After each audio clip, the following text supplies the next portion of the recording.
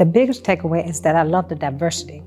I love the information that was given. Like I mentioned in the room, that I've been an entrepreneur for 39 years. I attend a lot of conferences. I attend a lot of summits, but this was one of the far greatest ones that I have attended personally. Even to the fact that I brought my husband with I am the professional networker, so I do a lot of networking.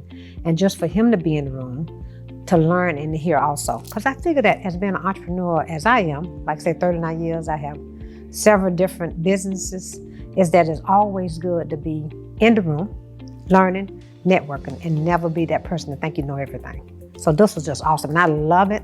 And I love the South Carolina Minority Organization. I just think y'all are amazing. Yes, absolutely. I am in the part of, I have a studio space along with a catering company. And so I'm in the process of looking for ways that I can branch out and market. So I'm in a marketing environment. So just being in the room, learning about the resources that's out there, the collaborations. And that was empowering to me because, like I say, normally I use my own money and have been for all these 39 years. But I just feel like the marketing is where a lot of us as small businesses or business owners or entrepreneurs, that is where we're lacking at.